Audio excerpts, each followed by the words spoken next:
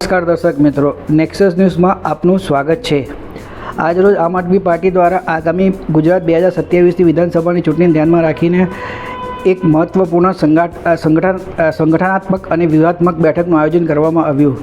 અમદાવાદ ખાતે યોજાયેલી આ બેઠકમાં પાર્ટીના રાષ્ટ્રીય તેમજ પ્રદેશ સ્તરના નેતાઓ હાજરી આપી અને આગામી ચૂંટણી માટે તૈયારી અંગે ચર્ચા કરી હતી। બેઠકમાં આમ આદમી પાર્ટીના ગુજરાત પ્રદેશ પ્રભારી ગોપાલ લાય, સહપ્રભારી દુર્ગેશ પાઠક, દિનેશ મોહનિયા, વિનય મિશ્રા, ગૌરવ શર્મા ઉપસ્થિત રહ્યા હતા। ઉપરાંત ગુજરાત પ્રદેશ પ્રમુખ વિશુદાન ગઢવી, ગોપાલ ઇટાલિયા, ચૈતર વસાવા, હેમંત ખવા અને national joint secretary Rajubhai Solanki સહિત પ્રદેશના અગ્રણીય ફ્રન્ટલ સંગઠનના હોદ્દેદારો તેમજ અન્ય અગ્રણીઓ બેઠકમાં ભાગ લીધો હતો। બેઠક દરમિયાન 2027ની વિધાનસભાની ચૂંટણી માટે પાર્ટીની રણનીતિ, સંગઠન મજબૂત બનાવવાની યોજના, બૂથ સ્તરે કાર્ય વિસ્તરણ અને જનસંપર્ક અભિયાન અંગે વિસ્તૃત ચર્ચા કરવામાં આવી। પાર્ટીએ રાજ્યભરમાં સંગઠનને વધુ સક્રિય બનાવવાના પ્રયાસો તેજ કરવાની દિશામાં માર્ગદર્શન આપ્યું। બેઠક દરમિયાન પ્રદેશ પ્રભારી ગોપાલ લાયે જણાવ્યું હતું કે વિસાવદર માત્ર શરૂઆત હતી, હવે લક્ષ્ય 2027માં ગુજરાતમાં પરિવર્તન લાવવાનું છે।